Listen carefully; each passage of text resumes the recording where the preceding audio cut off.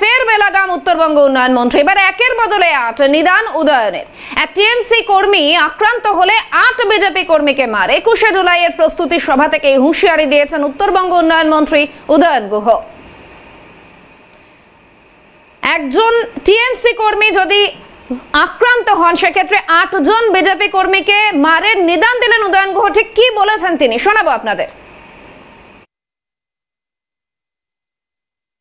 বিধানসভা কেন্দ্রে একজন আক্রান্ত হলে বাকি ৮টা বিধানসভা কেন্দ্রে বিজেপির ৮ জনকে পেটাতে হবে।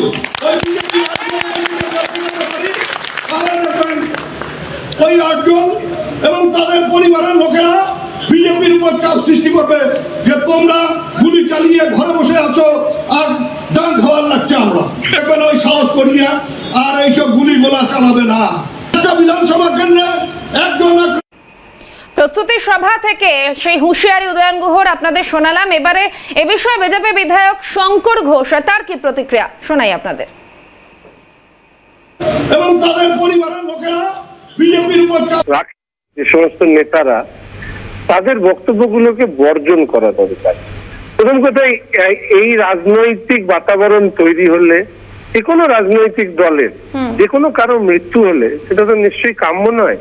আসলে এই নেতাদের পরিবারের তো কেউ মারা যায় না, মারা যায় দলের কর্মী অন্যরা। ফলে এরা উস্কায়, আর সেই উস্কানোর ক্ষেত্রে আপনারা যদি মাধ্যম হয়ে যান এটা তো কোনো কাজকর্ম নেই উদয়ন বাবু।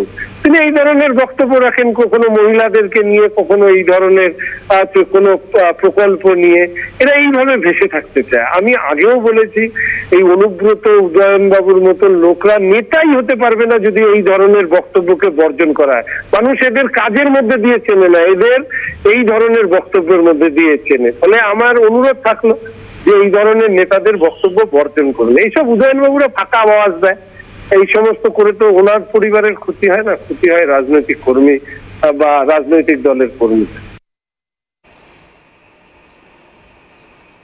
২১শে জুলাইয়ের প্রস্তুতি সভা থেকে হুঁশিয়ারি উদয়ন গুহর এবং সে বিষয়ে বিজেপি বিধায়ক শঙ্কর ঘোষ তার কি প্রতিক্রিয়া আপনাদের শোনালাম। এ বিষয়ে দিলীপ ঘোষ তিনি কি বলছেন শোনাবো।